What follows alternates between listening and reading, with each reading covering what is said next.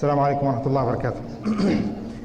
إن الحمد لله نحمده ونستعينه ونستغفره ونعوذ بالله من شرور أنفسنا ومن سيئات أعمالنا من يهدي الله فلا مضل له ومن يضلل فلا هادي له وأشهد أن لا إله إلا الله وحده لا شريك له وأشهد أن سيدنا محمدا عبده ورسوله. Dear brothers and sisters, inshallah the topic there was a lot of heat for the topic, but heat is good, especially because you name a topic, the corruption and politics, and then you name a topic and such, and so there was a lot of we had to fix and unfix or whatever it is, but this is the times we live in. But inshallah, this is part of the lessons learned from Bani Israil. When we are talking about what we should discuss and what we should not discuss, what topics from the Quran you're going to discuss, what topics of the Quran you will not discuss. All of this has to do with exactly the way Bani Israil dealt with things. And it's a very, and it needs to be addressed, because at the end of the day, it is the deen of Allah subhanahu wa ta'ala. And how we deal with things in this dunya, we are going to pay for it. And this is why I remind you all to fear Allah Azza wa Jal. Fear Allah subhanahu wa ta'ala, the fear that He is deserving of. This is why Allah subhanahu wa ta'ala, He said, Ya ayyuhal ladhina amanu ittaqullaha haqqa tuqatih wa la tamutunna illa wa antum muslimun. Fear Allah Azza wa Jal, and the fear that He is deserving of. And die not except that you have submitted to Allah. That you have submitted to Allah subhanahu wa ta'ala. This is actually the same ayah that you will see Musa alayhi salam continuously says to Israil, Bani Israil. He kept saying that submit to Allah, be Muslimin. And every single Nabi or a Rasul constantly said the same thing and advised the same thing to their ummah or to their is that fear Allah Azza wa Jal and remember the day that you're going to be taken accountable on the day of judgment. And that's why we will say the same. Allah Azza wa Jal says, Ya ayyuhalladhina amanu ittaqullah wal tanzuru nafsum ma qaddamat lighad wattaqullaha inna Allaha khabirun bima ta'malun. So Allah subhanahu wa ta'ala, He said, fear Allah subhanahu wa ta'ala, fear the day of judgment, fear the day that you're going to stand in front of Allah Azza wa Jal. You're going to have to present what you have in front of you. You will be presenting this, you will be standing. So fear Allah, فَأَنْسَاهُمْ أَنفُسَهُمْ أُولَٰئِكَ هُمُ الْخَاسِرُونَ or fasiqun. Where Allah subhanahu wa ta'ala, He said, then you will see if you do not do this, if you don't stand for Allah, you don't fear Allah Azza wa Jal, Allah will make you forget who you are. You will forget your own selves, you will forget your own souls. And again, something that happened to Bani Israil. And another lesson, inshallah, we will learn same thing. This ayah, although it's talking to us, it was the same ayah that was also talking to Bani Israil, because that was the type of same behavior, that they forgot themselves, they forgot the reason why they existed, they forgot the reason why they were created, they forgot the reason who created them, they forgot the reason why Allah subhanahu wa ta'ala chose them. Right? Allah subhanahu wa ta'ala said that to them. Allah Azza wa Jalla said, Ya Bani Israil, iskuru ni'mati allati an'amtu alaykum wa anni faddaltukum ala al-alamin. That we chose you, O Bani Israil, we chose you. We chose you and we made you faddal, we gave you status.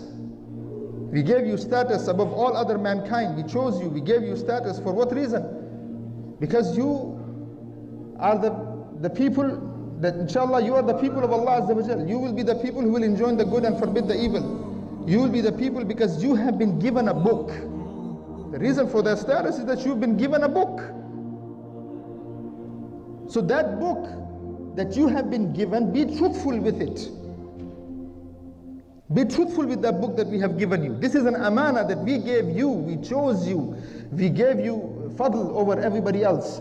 And to tell you the truth, brothers and sisters, we are actually talking about ourselves, the Muslim ummah. Because even Bani Israil, those who believed in Musa alayhi salam, believed in Allah Azza wa Jal, followed the deen of Allah subhanahu wa ta'ala, the commandments, they were Muslims. And they believed in Tawheed and they believed Muslims. Some some went astray, some went one way or the other way, but those who believed in Musa, they are, yes, Bani Israil, but they are Muslims. So we are actually talking about ourselves. We are actually talking about what happened to us in the past and what not to repeat again. What not to repeat again. What is it that happened to those nations in the past that Allah subhanahu wa ta'ala is saying, do not be like them, don't do what they did. We are warning you, I'm giving you everything that you need to know so you don't repeat it. And Allah subhanahu wa ta'ala mentioned, think about Bani Israil, dear brothers and sisters, subhanallah, the story of Bani Israil, it is almost most of the Quran. Yani from Allah Azza wa Jal, when he starts Surah Al-Baqarah, you know, فَاحْبِطُوا مِنْهَا جَمِيعًا فَإِمَّا يَأْتِيَنَّكُمْ مِنِّي هُدَايَ فَمَنْ تَبِعَ هُدَايَ فَلَا خَوْفٌ عَلَيْهِمْ وَلَا هُمْ. All of this ayah from here all the way continues to Al Imran, all of yani 2 juz of Baqarah and Al Imran, and continues, subhanallah. Talking about Bani Israil, talking about Musa alayhi salam, his relationship with the people, yani with Bani Israil, talking about the Anbiya that came at that time of Zakaria and Yaqub and Yahya and Isa alayhi salam and Harun and all of them one by one talking, saying that look, this is what they did to this Nabi, this is what happened to this Nabi, this what. The point that I would like you guys to keep in mind while you are listening to me is, what did we do with Muhammad sallallahu alaihi wasallam? What did they do with Isa? Yes. What did they do with Musa? Yes. What did they do with Yahya alayhi salam? Yes. What did they do with Yaqub alayhi salam? What did they do with Benjamin? What did they do with Yusuf alayhi salam? What did they do with yes, all of this. But the question at the end of the day that we should be also thinking about in our minds, what did we do with Muhammad sallallahu alaihi wasallam? What kind of behavior that we see that happened, the behavior that Bani Israel displayed in front of the Anbiya, to the point of even planning and, you know, not only just frustrating the Anbiya and questioning the deen of Allah, questioning how, the laws of Allah subhanahu wa ta'ala, and even to the point of plotting and planning to kill Anbiya. This is in the Quran. I'm talking about the stories of the Quran. And you will see that all of this is actually related to us, the Muslims. Because subhanallah, every single thing that you will see me discussing, we are doing. And the things that gave Bani Israel victory, at the end, you will see that there was victory too. And it's a lesson in that to us, that if we are going to gain victory, if we want victory from Allah Azza wa Jal, then we must follow what the Anbiya of the past did, and those who followed the Anbiya did. If not, there is no way to victory, because victory is in the hands of Allah. And this took time for Bani Israel to realize in whose hand is victory. How much trust you have to have in Allah Azza wa Jal. How much trust you have to have in the words of Allah subhanahu wa ta'ala. How much trust you have to have with the Nabi of Allah Azza wa Jal. How do you deal with the Nabi of Allah subhanahu wa ta'ala? What kind of behavior must be displayed? What is the meaning of Iman, Aqidah, all of these things. And inshallah, that will be the discussion here. And I will give you many examples of how they played the game and connecting it to what we are doing. So the topic is what Bani Israel did with Musa alayhi salam, or the corruption, or what lessons that we have to learn from their lives or to the nation. So inshallah we'll start here. Look, Allah subhanahu wa ta'ala, you can kind of see the frustration of Musa alayhi salam. Right? Allah Azza wa Jal, He mentions it in the Quran. When Musa alayhi salam, He said, Ya Bani Israil, اذكروا نعمتي. This was one of them. He said, وَإِذْ قَالَ مُوسَى لِقَوْمِهِ يَا قَوْمِ لِمَا تُؤْذُونَنِي فَقَدْ تَعْمَلُونَ أَنِّي رَسُولُ اللَّهِ إِلَيْكُمْ فَلَمَّا زَاغُوا أَزَاغَ اللَّهُ قُلُوبَهُم وَاللَّهُ لَا يَهْدِي الْقَوْمَ الظَّالِمِينَ. So Allah subhanahu wa ta'ala, He's saying, Musa alayhi salam, how frustrated he is with these people. He said, oh Bani Israel, why is it that you deal with me this way? What is it that you don't understand? What is it that you don't believe? What is it that has got it into your hearts? I mean, He's saying, Ya Bani Israel, He's saying, Ya Qawmi, oh my Qawm, my people, what is it that why do you do this? And what is it that they did? Musa has to come to this level of saying, what is your problem? What don't you get? I mean, think about it. We'll start the story not with Fir'aun. That's another session that we can have with exactly what Fir'aun did with them.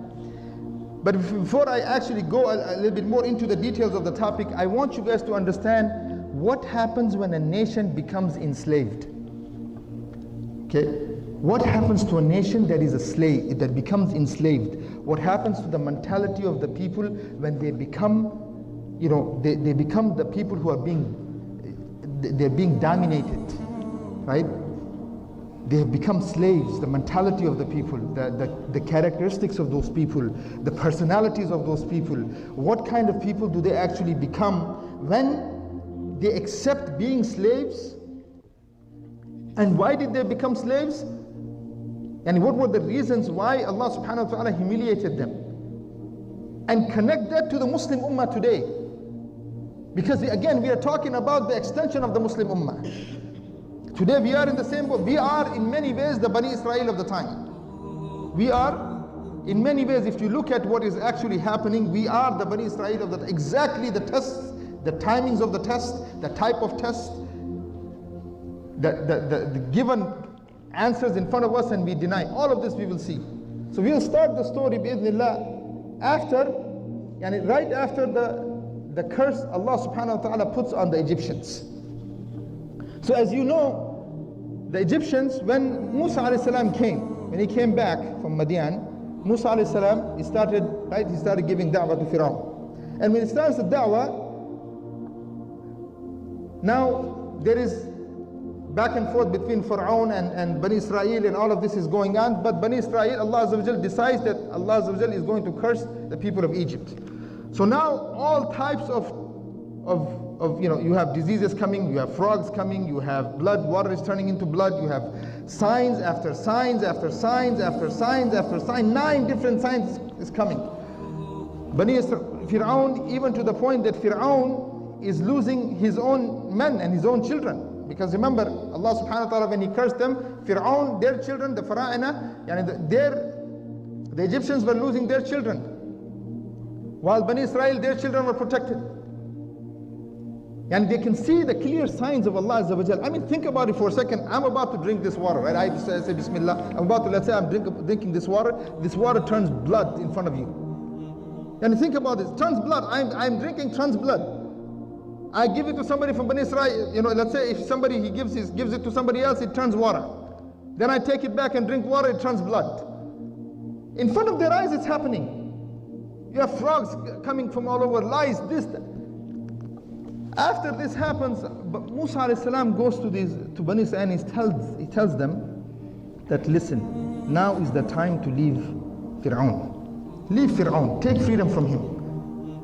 Leave Egypt. Let's go towards Jerusalem. Let's go back to our land. And the answer for Bani Israil, even at that time, seeing the signs of Allah Azza wa Jal, what Allah subhanahu wa ta'ala can do in moments to an army that claimed to be, 1 million army, the superpower of the time, to people who claim to be, Ana Rabbakum al-Ala, he used to say. Allah subhanahu wa ta'ala is just, is putting them upside down just by giving them some signs, the weakest things. A frog, what can a frog do to an army? Imagine. But now, when he went and he's telling them that, listen, let's go. You know what their answer was? Their answer was, well, no, Fir'aun will kill us. Fir'aun will kill us. We can't go against him. What are you saying, man? And to the point they tell him, look, you were a problem when you were born. Before you were born, you became a problem. You were a problem for us when you were born, and now you are a problem for us.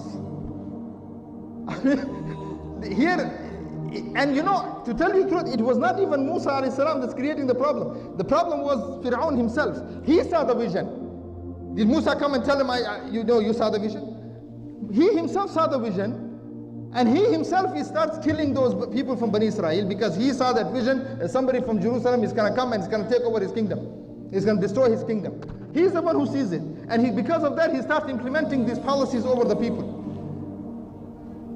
So now they come and they blame Musa for being Musa alayhi salam. They come and say, you look what you do, you create problems for us, this and that. Now you want us to do this.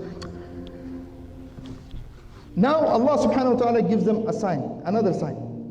Okay, they decide. And those, subhanAllah, well, if you read the Qisas al-Anbiya, it says that, even those who followed, finally decided to follow Musa alayhi salam, they followed out of fear that if we don't follow this crowd right now, they are going to, Fir'aun is going to chop us up. Khalas, he's going to kill us. So some of them just followed out of fear of Fir'aun, not because they actually believed Allah subhanahu wa ta'ala is ordering us to move. There were those who believed, yes, and there were many of those who just followed. Just whatever, let's just do this right now. So they go. Now, Allah subhanahu wa ta'ala opens the sea, and you know that story. Allah subhanahu wa ta'ala opens the sea for them. But I want you to concentrate on this. The ocean is open, the seas are open. The whole Bani Israil, almost 600,000 of them, they cross the sea. They get on the other side, and they're worried that Fir'aun is coming after them. So they turn around and they look at what's going to happen. When they see this army of Fir'aun, 1 million coming, all of a sudden you see what Allah subhanahu wa ta'ala does to this whole army within minutes. This whole army that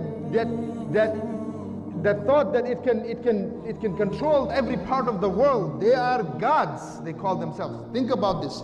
Egyptians did not have the concept of idols. They called themselves gods. They said, we are gods. Forget about making idols, man. You worship us. This is the type of mentality these people had. So now, think about it. You're laughing, but that's what they said. He said, dude, what you make all this, man? Even after I die, you make me God. Look at the mentality of Fir'aun. He's dead. He's going to die, but he still wants to be God. May Allah destroy those dead systems of today. That's how people follow even dead systems today. Yeah? People are still calling for communism is dead. They still want it to be a God. But after they cross the sea, look at the mentality. SubhanAllah, they cross the sea, and then they tell Musa alayhi salam, they say, hey Musa, once we cross the sea, we saw this area, there's a village, and this village is this huge place, it's a village type of thing, and we saw people there, they worship idols. Can you make one for us? Think about this, man. Look, I really want you to, don't worry about, all this formal stuff. I just want you to think about, you guys are youth. Imagine somebody you do all of this for, and then they come back to you and he's telling them, they say, hey, can you make this thing? You know why? As I said to you, why did they want to worship that idol? It's not like, as I said, in Egypt they didn't have that concept. It's not like they were going and making idols and worshiping this thing. No, once they crossed the thing, now they want to worship an idol. Why? Because of those people in that place, they want to copy them. The understanding that we have something to offer to the world, we have something that we can give to the world, we have an ideology, we have a system, we have Allah, we have a Nabi with us, we have a miracle just happen in front of our eyes, all of this. No, none of that mattered. Let's just go and follow people, doesn't matter how weak they are. Just to copy people. Just when we are enslaved mentalities like this, right? You don't know how to think anymore. You just think somebody just tells you what to do. So they just go and say, okay, well now how we're supposed to survive here? Think about this. They go to Musa alayhi salam after this incident is over. They go to Musa alayhi salam and say, okay, well now what do we do? You brought us here. Now what do we do? So they started making up their own laws. This is another thing that Bani Israil started doing. They call it democracy today. But that's exactly what Bani Israil did before the Hidayah came to them. They started making up their own laws. And it was so corrupt that they would make laws that would fit people. Sometimes it would fit the status of the high person, sometimes it would fit like this. So it was getting very rough, and Musa alayhi salam, he makes dua to Allah, oh Allah, we need hidayah, we need a system, we need some laws. Give us something that we can follow, because look at what these people are doing. Because look what do they do? He goes, Allah subhanahu wa ta'ala said, okay, come. And Allah subhanahu wa ta'ala wants to have a conversation with Musa alayhi salam. He goes to the mountain for 30 days.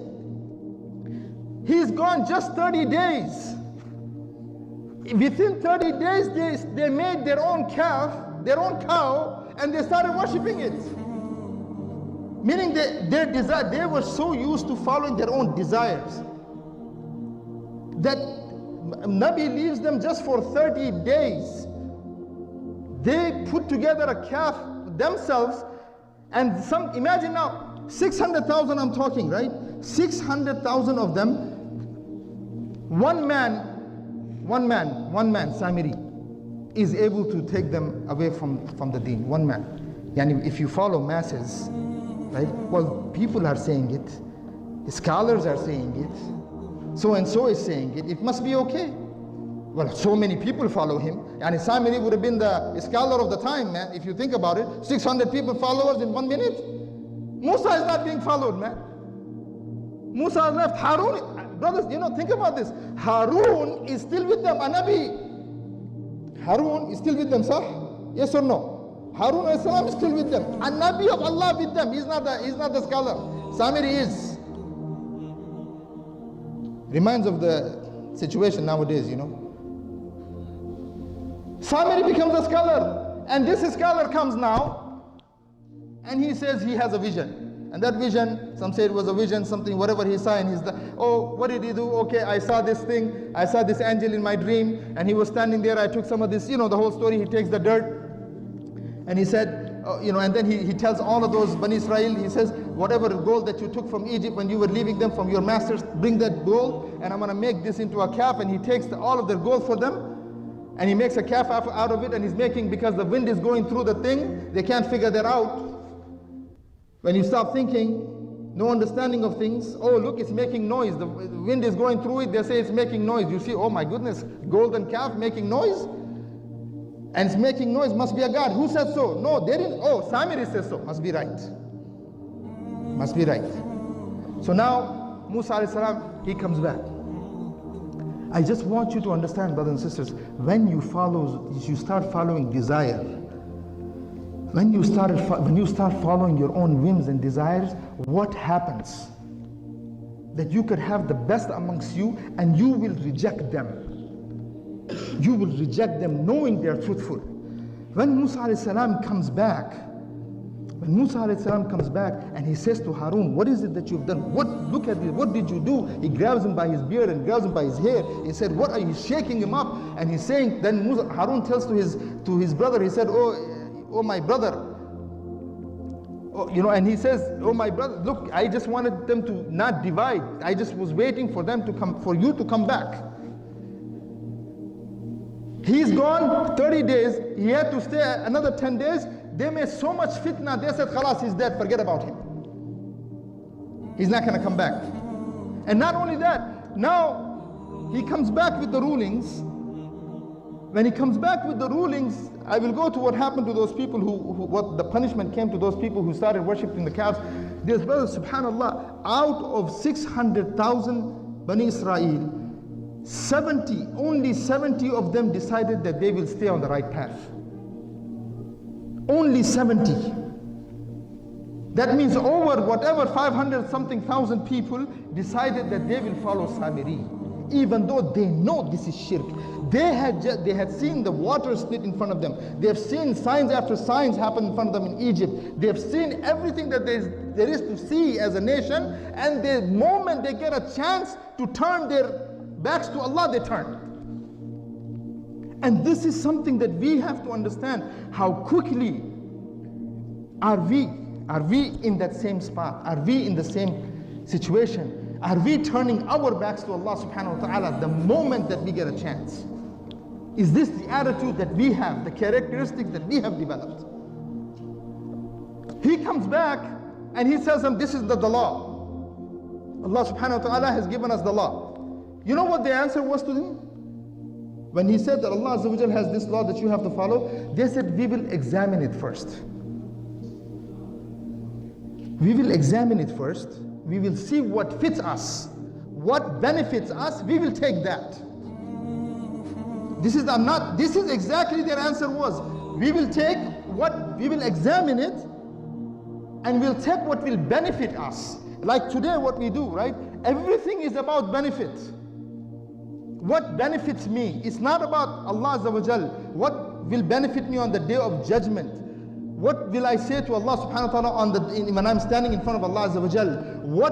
How will I stand in front of the Prophet sallallahu alaihi wasallam? What will I answer for my deeds? That's not the issue. What will benefit me? Even if I have to what? Even if I have to twist and do whatever it has to do to the law of Allah Azza wa Jal.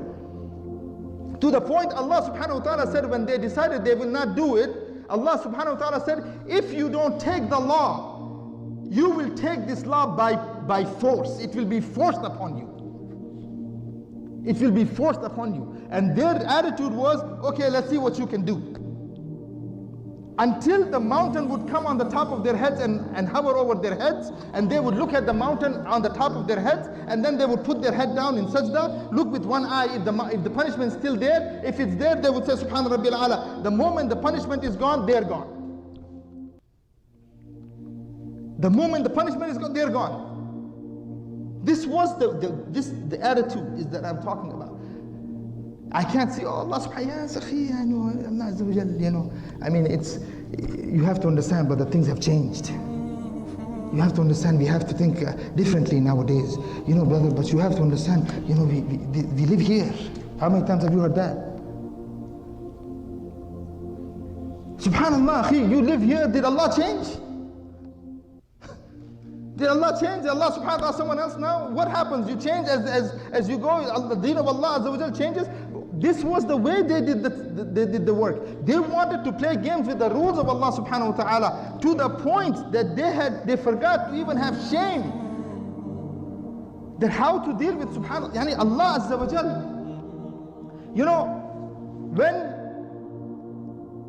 when the issue of Sabbath happened, right, Allah subhanahu wa ta'ala tells them, do not eat fish on Saturday. Don't fish. Don't eat fish Saturdays. So, and I want you to understand something here, and I'm going to talk about this. You know, Allah subhanahu wa ta'ala said, وَدُّوا لَوْ تُدْهِنُوا فَيُدْهِنُونَ. Right? They wish that you compromise with them, so you can compromise with you. With this, so they can that you can compromise. That's what they wish. The moment you compromise something from the deen of Allah Azza wa Jal, done. You're done. You're over. So now, they come and they say this. They say, okay, Allah said, don't fish on Saturday. So what we're going to do, we are going to put the net on Friday, and we will take our fish on Sunday. So we will not fish on Saturday. And how did they find out? They found out, they said in one of the Bani Israil, they said that one of the families of Bani Israil, they heard some smell of fish. So he goes and he asks someone, he says, how come you're fishing? Why this smell come from where? He said, oh, let me tell you what I did. So he tells them what he did. I would go on Friday night, I put the net, I take the fish on Sunday. This is what I do. So now this became the norm. Instead of him stopping him, instead of him saying, تَعْمُرُونَ بِالْمَعْرُوفِ تَنْحُونَ عَلَى الْمُنْكَرِ, enjoining the good and forbidding the evil, and say, Akhi, this is haram. What are you doing? This is Allah subhanahu wa ta'ala's law. Allah said, don't do it. He says, yeah, but let me tell you how to do the other way. You still get what you need. I'll just tell you the other way. Twist the words. يُخَادِعُونَ اللَّهَ وَالَّذِينَ آمَنُوا وَمَا يَخْدُونَ إِلَّا أَنفُسَهُمْ في قلوبهم مرض فزادهم الله مرضا. Allah subhanahu wa ta'ala is saying that they are يخادعون Allah, they think they're going to deceive Allah Azza wa Jal, and Allah subhanahu wa ta'ala is saying they deceive themselves. So what did they do? Look, twisting the law of Allah subhanahu wa ta'ala to fit their needs as long as it can. How can I do? What do I need to do? Twist it. And the thing, it went so far because it started here and they were punished for it. But the attitude of the people, it went so far that when Yahya came, alayhi salam, and when Zakaria came, they were willing to kill the Anbiya for it, to gain the benefit. It starts here. It starts here where they were willing to do this on the day of Sabbath. And then it got to a point where, you remember that lady, that woman who was from Bani Israil, and the king who was also from Bani Israil. When the woman, she was not of a good character, but she was a niece of the king of the time. And she says to the king, you know, she wants to marry him. She seduces him basically, and the king wants to now marry her. But the law says you cannot marry her. You cannot marry her. This is not allowed. This is your niece. So the woman, she tries to do a few things where the man wants to touch her now. The king wants to touch her. He extends his hand to touch. She says, no, you can't touch me, because What she did was, she knew that this is haram, not allowed. So she sent a letter to Yahya at the time and Zakaria. She sends a letter. Zakaria at the time was what, 130, and Yahya was 30 years old. She sends a letter to them saying that this is what we want to do. Yani basically give a fatwa, make it halal. Make it halal. So both of them, they say no, this is haram, we can't do that. So this lady goes to the king and says, okay, she's placed this game. The king wants to touch her. She says, you know, Yahya said you can't, it's haram. Look. And then, so what do? Says, okay, you want to touch me? Fine. I want the head of Yahya on a golden platter. That's what I want. Yani kill them, so all of this problem will be over. And they knew, both of these Anbiya, they're righteous. They knew. They were serving in the masjid, they were doing what they were doing. They knew how good these men were. They were Anbiya, they knew it. But they plot, and because of the desire, the benefit that he saw in front of him, that woman benefit, he forgot the akhirah. He just looked at the dunya in front of him. He went for the dunya, for the 2 seconds of pleasure. Like the ulama, they said, woe to those people who lose their dunya for a few seconds of pleasure. They lose their akhirah for a few seconds of pleasure. That's all he did, few seconds of pleasure. For that, he orders his army to go and kill Yahya. So they go and they chop his head off. That's what they did to Yahya alayhi salam. They killed him, they cut his head, and then they went and they found Zakaria. He was in the forest in the middle of the trees, and he's hiding there. The shaitan comes in the form of a man, says, he had the top was outside, they could kind of see his clothing. He says, he's hiding here, get him. And they get him, and they literally saw him in pieces. Killing Anbiya, the best of human beings, بِغَيْرِ حَقٍّ. For what? Few seconds of pleasure in the dunya. Can you imagine what that punishment will look like on the day of judgment? And what was the whole point? The whole point is the benefit in the dunya. The benefit in the dunya. I want you guys to realize all of this, because many people want us to do things and act in ways just their dalil benefits.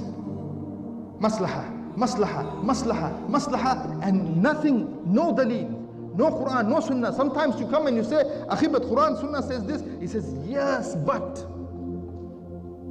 This is exactly what happened here.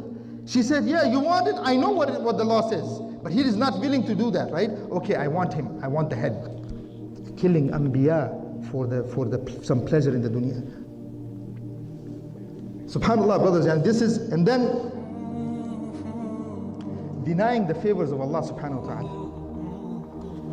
Allah subhanahu wa ta'ala, dear brothers, subhanallah, you know, even the punishment that they had for 40 years, that Allah subhanahu wa ta'ala said that you, Bani Israil, will wander in this land for 40 years.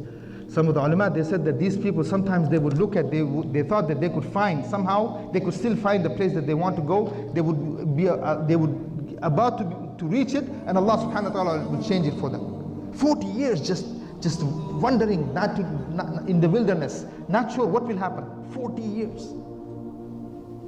Even in that punishment, they asked Musa alayhi salam, they said, is sun, so much sun, give us some type of shade. Allah provided cloud for them. The clouds used to come for Bani Israil. Then they said, there is no water. The 12 springs of water came for Bani Israil.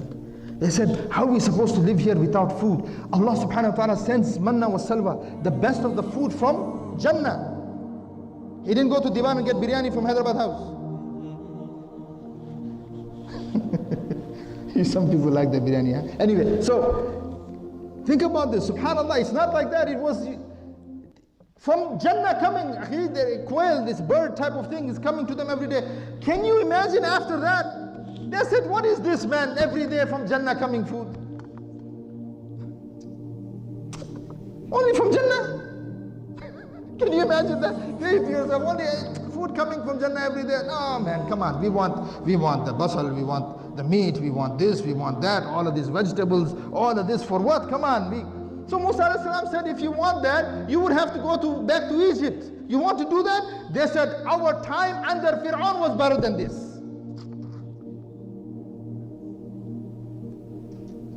Can you do it? Our time under Fir'aun was better than this. Yani the level of enslavement, the minds, not willing to struggle, not willing to sacrifice, not willing to give for the sake of Allah Azza wa Jal, the best of what you have, including your lives. No, no, no. It was better. Even we lived like slaves, but it was better under Fir'aun. For what? Dunya. Benefit. There is nothing else there. There is nothing else there that you can tell me, that you can give me dalil and say that but the only issue was we want the best of this dunya, so we are going to do this. We are just going to go and we want to make it was better. SubhanAllah, Musa alayhi salam is just think about what, you know, what if you were involved in da'wah, those who are involved in da'wah, you understand. You know, what levels that you have to go to make people understand sometimes the most basic parts of Tawheed and the Sharia and Islam and all of the Sunnah and things like this, the ahkam of Allah subhanahu wa ta'ala, how much you have to, what you have to do, get sometimes the simplest points. And imagine now Musa alayhi salam, after showing them, imagine a cloud coming when you ask for a cloud. Can you, I put yourself in that. A cloud comes when they want shade. Food comes from Jannah. They want water. Allah it's 12 springs. And each nation of Bani Israil, they knew exactly what spring to go to. And then at the end of the day, they say, it was better over there.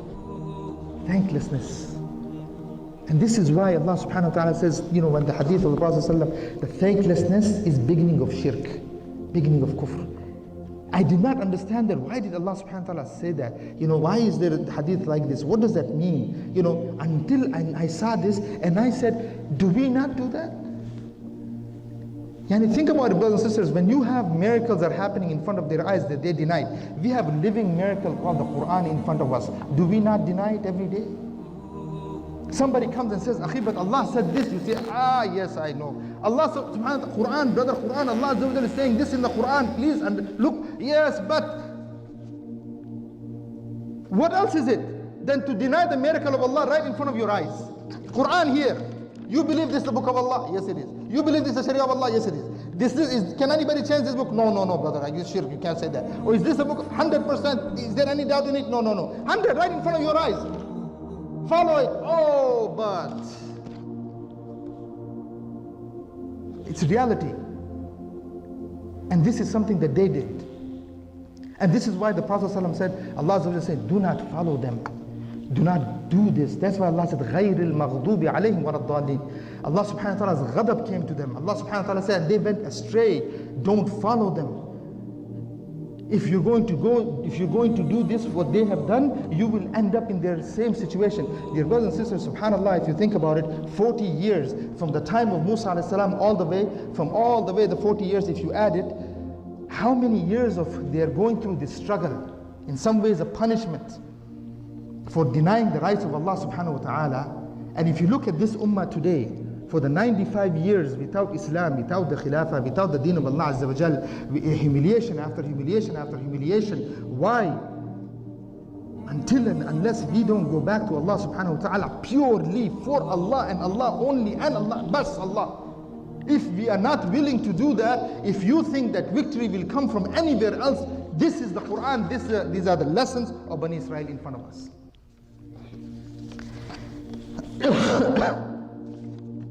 You know the story that I wanted to, when I discussed the issue of the niece and the king. She's writing that letter to the Anbiya of the time, basically asking them to justify their action. Yes or no? Write something that says this is okay. Justify yani look at the ulama today and what we do. We write, and you have ulama, those who are on haqq, there is no question about it, and look at the way we deal with the ulama who speak the truth. Over 30,000, I was talking to a brother, he came to the center, he was talking to us about what's happening in Saudi Arabia, this so-called Saudi. This place, he said, we had to build 2 prisons, akhi. 2 prisons we built, each prison takes 15,000 men, and 90% of it are ulama. Can you imagine that? Are in these jails, and most of them are so young, you don't even know their names. Nobody knows them. You only know the famous ones, maybe Salman Auza, maybe so and so, maybe so and so. You know them because they're in the pictures, they're in the media. But the rest of the ulama who are sitting, no one knows who they are. Are we not dealing with ulama al-haq the same way? Sending armies against them, sending police against them, sending intelligences against them, sending this, sending that. Why? Just get rid of that. He speaks too much. He speaks the haq all the time. We can't get him. We can't buy him. Think about it. With Musa alayhi salam, dear brothers, 70 of the ulama of that time, meaning the people of status, this was the people who had status, they said to Musa alayhi salam, you claim, imagine this, you claim that you speak to Allah. Okay, you claim? Claim? Okay, we want to come and witness it. Musa says, okay, fine. So they go with Musa alayhi salam, they go to this mountain. Allah subhanahu wa ta'ala brings this, there's a fog. And the fog comes and they hear Musa alayhi salam speaking to Allah Azza wa Jal. And once the conversation is done, the fog is gone. So they say to Musa, oh, come on, we didn't hear. What is this? Bring a fog and you think we're going to just believe just like this? Allah Azza wa Jal, the anger of Allah subhanahu wa ta'ala, they were killed on the spot. All 70 of them. So Musa alayhi salam, he says to them, he says to Allah Azza wa Jal, Ya Allah, I came with 70 men and they're so-called best. How am I supposed to go empty-handed back to Bani Israil and say what? You know, Musa alayhi salam is asking. So Allah subhanahu wa ta'ala does another miracle in front of them. And the miracle is, one gets up, Allah gives them life, they get up, another one witnesses, the other one gets up. They go back. They see this miracle, right? They go back, and then the story takes place of those two cousins who killed each other. Do you remember the issue of Baqarah that happened? The two cousins, they want to know who killed that man. And then Allah subhanahu wa ta'ala tells them, okay, you want to know who killed? Fine. Just slaughter a cow and hit him with this piece of meat, and he will tell you who did it. He said, oh, what kind of meat? What kind of Baqarah? Has to be like this, has to be like this, has to be like this. They went back to Musa alayhi salam and they actually said to Musa alayhi salam, when he said, just take care of this cow. He said, what cow? Any cow, man, just slaughter it. Just take it and go and take care of it. What's the problem? No, it can't be that easy. You don't want to do the hard things. You don't want to follow the law. You don't want to do this. You don't want to do that. But now you want a cow. You want dhabiha meat, akhi. It has to be dhabiha. 100% dhabiha, but he will go and buy 1,000 homes on interest. Us, we will go, dhabiha meat, it has to be. But he will go and he will buy interest, homes on interest. He will justify the interest. He will take money from the zakat to build masajid. In the name of fi sabilillah, playing with the law of Allah. All of this has to be dhabiha meat. So they said to him, oh, it has to be, no, it must be, it can't be that, it has to be that cow. Okay, Allah said, yo, it has to be yellow cow. It has to be like this, red, and this, and this, and this. They said, okay. Then they go around looking. They find that orphan who had a cow like this, who was selling. He said to them, then he knew, he's also from them. He says, okay, now I'm going to make money on this. So how much money? He said, okay, you want this cow? I know you want this cow. Okay, you will give me the gold equal to this cow. You will give me equal gold, we will put it on the thing, and you will give me equal to this cow. Then subhanallah, even the dunya they lost. They argued with Allah Azza wa Jal. They are playing games with the rules of Allah subhanahu wa ta'ala. And here they even lose. He said, okay, that much gold. He said, yeah, give it to me, I'll give it to you. Equal to the size and the weight of this cow. They give it to him. They had to. And then after they slaughter him and they slaughter the cow, they slap him, the guy says, okay, it was your cousin because of the greed. So the point, brothers and sisters, the reason I'm mentioning these stories is because these stories are actually talking about us. We may not think about it, but in reality we have adopted many of the ways of people who Allah was not happy with. And if we are expecting victory from Allah subhanahu wa ta'ala while we continuously, on purpose sometimes disobey Allah Azza wa Jalla, knowing that this is wrong, we are going to be accountable. How much time do I have? This is very dangerous, brother. Don't do that. I'll say maybe 2 more stories. I will say 2 more stories and you will, inshallah, we'll go to the questions. You know, I'm sorry. Isa alayhi salam and Yahya alayhi salam, they actually met each other. I don't know if you know this. If you read the qisas, they said they actually met each other. And you know, they were planning to even kill Isa. Right? They had already, so they got rid of Yahya. And they get rid of Zakaria. Now the plan is to get rid of Isa alayhi salam. I mean, because look, what is how do we do this? How are we going to do this? We got to plan it out. So the best of them actually went. Judai, if you know, even from their own sources, right? Judai was a Jew. He was from Bani Israil.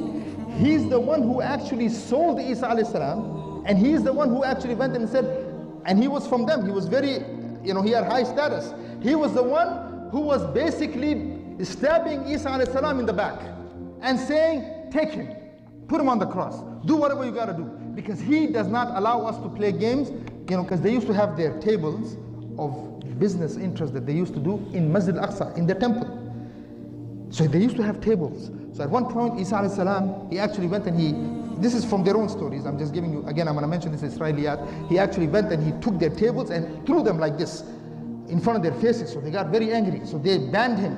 According to their sources, they banned him. He had to go to Egypt and he came back many times. He was banned. So Isa alayhi salam is not what they tell you, you know, this peaceful man and give the other cheek and all of that. No. So he went and he kept coming back, came back. But in this case, so they said, this is too much. He's messing up our dunya, man. He's messing up. He's now coming. He's gonna destroy what we do. This is what we're, you know, can't do that. He's gonna come and say, this haram, akhi, what are we gonna do? Can't do it. What are we gonna do at the end? We can't fight him with his ideas. His ideas are too strong. It's coming from Allah Azza wa Jal. There is no way you can beat his ideas. What do we do? Okay, only thing left, get rid of him. Exactly what they did to Rasul Sallallahu Alaihi Wasallam. They were planning, right? They said, look, we can't defeat him. We can't say he's a sha'ir. We can't say he's a magician. We can't say he's this. We can't say he's this. At the end, what do we do? Okay, we got to get rid of him. How do we get rid of him? We can't just, I can't just have one of the tribal members just go and just stab him. Well, that's not going to work because he has a whole tribe himself. So what do we do? Let's plan it. In this planning, the shaitan comes himself, like he came for Zakaria. He's the one who came in the form of a man and showed us where Zakaria was hiding. He said, look, you see his top. And that's when they chopped him. And with Rasulullah, that's what they want to do. They come and they say, okay, what are we going to do? Abu Lahab gives a chance. Abu Lahab gives an idea. Sometimes, brothers, subhanallah, shayateen amongst men are worse than the shaitan himself. They came, and he's the one who gave the idea, said, okay, all of the tribes come together, bring their best men from all the tribes and stab them together. Nobody's going to be blamed. That's planning out like this. All of us come together and khalas, finish the game. We can't do anything else. That's the only way to deal with Muhammad Sallallahu Alaihi Wasallam. Like we see today, how do we deal with the Muslim? How do we deal with the... Look, especially those who are thinking, those who are saying, hey, this, Allah is going to punish us. There is a responsibility from Allah Azza wa Jal. We are going to be accountable, especially those ulama, those scholars. Hey, Allah Azza wa Jal gave you this deen for the sake of, for you to work for Allah. Allah said, Inna ma yakhsha Allah min ibadul ulama. Allah Azza wa Jal is saying that the people who fear Allah subhanahu wa ta'ala the most are the ulama. Why? Because they are the ones of knowledge. They need to be standing for Allah subhanahu wa ta'ala, not justifying the kufr and haram. If you're going to do that, you're going to kill the anbiya. And you're going to kill those people who work for the Anbiya. But all of this happens. But I want you to focus now a little bit at the end here, because I see, I don't want to take too much of your time. Brothers, subhanAllah, when Allah subhanahu wa ta'ala, actually, right even before, look, when Musa alayhi salam, Harun alayhi salam passed away before Musa alayhi salam. They actually came to Musa and they accused Musa of killing Harun. Do you know this? They actually came and said, he planned to kill Harun. And then to disqualify him, I'm just going to mention, to disqualify him, to find something that will make the people think twice about Musa alayhi salam. They said, he has a disease. something to do with his private part. He has some disease. He cannot, Imagine this. Imagine, attacking his manhood, attacking his personality, his body, his way he was, attacking. Until Allah did that miracle again to show them that, remember when he went to take a bath, his clothing were on that rock and the rock had the wings and it took off and he was running with his hands in front and some men saw and they said, there is nothing what you claim that he has. But what the point is that let's look for anything that we can find against those who are working for the deen of Allah, anything, and just put them in a hole somewhere. But they forget that Allah Azza wa Jal is the one who's in control. وَاللَّهُ غَالِبٌ عَلَىٰ أَمْرِهِ وَلَكِنَّ أَكْثَرَ النَّاسِ لَا يَعْلَمُونَ. This is the thing that we also need to realize. Allah is in control. And this is why when, subhanallah, at the end of the whole situation, Allah subhanahu wa ta'ala decides to give victory to Bani Israil and allows them to go to Jerusalem, He chooses a man named Yusha bin Nun, who was a servant of Musa alayhi salam. Even then they had a problem. They said, how come Yusha bin Nun is chosen as someone to lead these armies? We should have somebody from status. Somebody has big money, has this and that. How come they're not the ones that are being chosen to lead this army? How come a servant? Subhanallah. Questioning the decisions of Allah. Yusha bin Nun, when he decided that he was going to go to Jerusalem, subhanallah, they said by that time, there was not one person alive. Either they were alive, or either they were dead, or they were killed. Because the punishment of Allah was that those who actually worshipped the calf, they had to kill themselves. They had to actually, because some of them, they came to Allah, they said to Musa, we feel bad what we did. So Allah subhanahu wa ta'ala didn't just say, okay, fine, you're okay, khalas, just make tawbah. No, Allah said, you want to make tawbah? No problem, kill yourselves. And they had to actually and they had to kill themselves. And some of them did, some of them did not. And those who did, Allah forgave them. But the point is that when it came down to going to Jerusalem,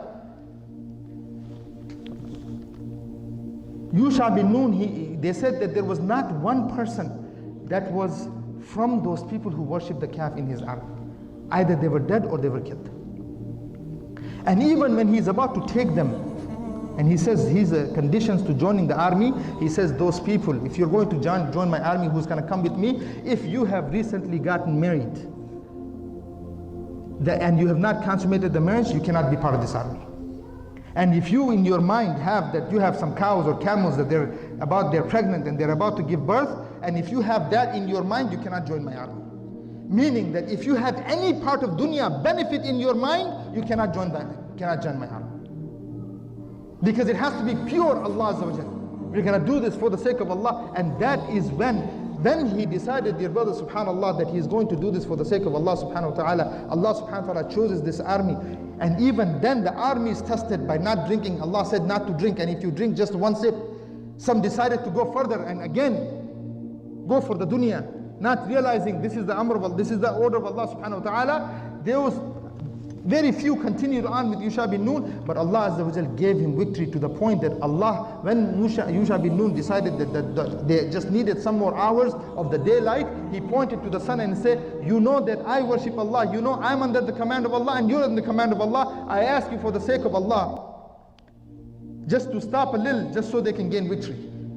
And Allah subhanahu wa ta'ala stopped the sun from going down for Yusha bin Nun. Dear brothers and sisters, realize the moment you come for Allah Azza wa Jal, the moment you give your lives and your everything that you have for Allah Azza wa Jal, victory will kiss your feet. Things that you think that are impossible to happen, that you think is impossible to happen, will happen. Imagine the sun stopping just because a slave of Allah is saying stop.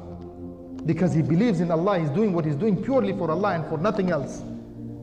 But those people who decided the other way around, they said, Anta wa rabbuka qatila. When originally when Musa alayhi salam had asked them, come and let's go and take Jerusalem, they said, you and your God go and fight. To the point in their books it says, you and it go and fight. Can you imagine using the word such as it for Allah? The rudeness and the disobedience to Allah Azza wa Jal. This is how they were. They said, you and it go and fight. Allah Azza wa Jal said, no, this is Anta wa Rabbuka. You and not even our Lord, not even you, Musa, and our Lord go and fight. You and your Lord go and fight. And we will sit and watch, like we watch today. Like we watch today, the whole struggle of the ummah. Let it be, not my problem. May Allah have mercy on them. May Allah guide them. May Allah support them. May Allah, you see how many times we say that. May Allah, when you go and ask Akhi, say something, may Allah have them, Akhi, subhanAllah, they're going through tough times. Okay, so what are we going to do? This is the attitude. And that was their attitude. Just enter Jerusalem. Allah is promising you. So what happens when you don't trust in Allah and don't believe in the promise of Allah? 40 years rot from this place to this place. And the reason why Allah did that to them was so that a whole generation is wiped out who thought that way. So a new generation comes who understands, who knows who Allah is, believes in Allah subhanahu wa ta'ala, stands for Allah subhanahu wa ta'ala, and calls for the deen of Allah for the corruption that is taking place. And he says Allah and Allah only. Inna dina inda Allah al-Islam. And subhanallah, that was Yusha bin Nun of the time. And Allah Azza wa Jal gives him victory. And this was the time that finally what Musa alayhi salam wanted, what Harun alayhi salam wanted, what the Anbiya before wanted, Allah Azza wa Jal gave it to them through Yusha bin Nun. So there are many lessons, brothers, and the whole of the Quran is talking about who they were and how they did their things and all of the good and the bad and the ugly. But the whole point of this discussion was, this lecture was to make ourselves realize, who are we following? What direction are we going? And what has happened to our trust in Allah? What has happened to our youth? So many parents come and complain day and night that you have somebody who just has a Muslim name but does nothing and knows nothing about Islam. How many youth are turning atheist? How many youth are turning and just rejecting the deen? How many times we have these so-called ex-Muslims and whatever it is, making fun of the ulama. I saw a video the other day they posted, making fun of Zakir Naik, making fun of the rules of Allah regarding women. They were actually making fun. And this is so-called ex-Muslims. They are ex-Muslims, yes, murtaddin. But if you look at them, they were from us. What did we do? Where did we go wrong? And what are we doing wrong? Because those people who started worshipping the calf, while the Nabi is amongst them, was also from amongst them. They were from Bani Israil. And they were led and they went astray. And they were misguided. So these are all of the lessons. Inshallah, if you guys have any questions, ask, because when you ask those questions,